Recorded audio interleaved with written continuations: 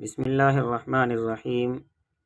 یہ آج کا سبق بھی اور آج کی ویڈیو بھی سبق نمبر 1 سے ریلیٹڈ ہے، یعنی اس سبق میں بھی ھذا، ما اور من کو استعمال کس طریقے پر کیا جائے گا یہ بتایا گیا۔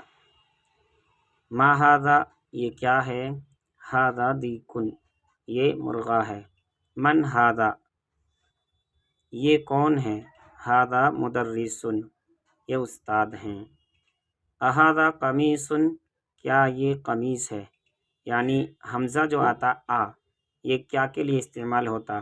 اسی طریقے پر دوسرا حرف آتا ہے ایک حل، یہ بھی کیا کے لیے استعمال ہوتا، لیکن دونوں میں فرق ہے، انشاءاللہ یہ آگے چل کے بتائیں گے۔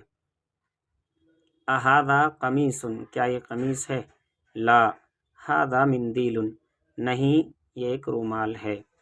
تمرین، اقرأ وکتب پڑھیے اور لکھیے، یعنی اس کو پڑھنے کے ساتھ ساتھ اگر لکھیں گے تو بہت ہی زیادہ بہتر ہوگا۔ ما ھذا یہ کیا ہے، ھذا قلم یہ قلم ہے، ھذا کلب یہ کتا ہے، من ھذا یہ کون ہے، ھذا طبیب یہ ڈاکٹر ہے، ھذا جمل یہ اونٹ ہے، اھذا کلب کیا یہ کتا ہے، لا ھذا قط نہیں یہ بلی ہے، اھذا دیکن کیا یہ مرغا ہے، نعم جی،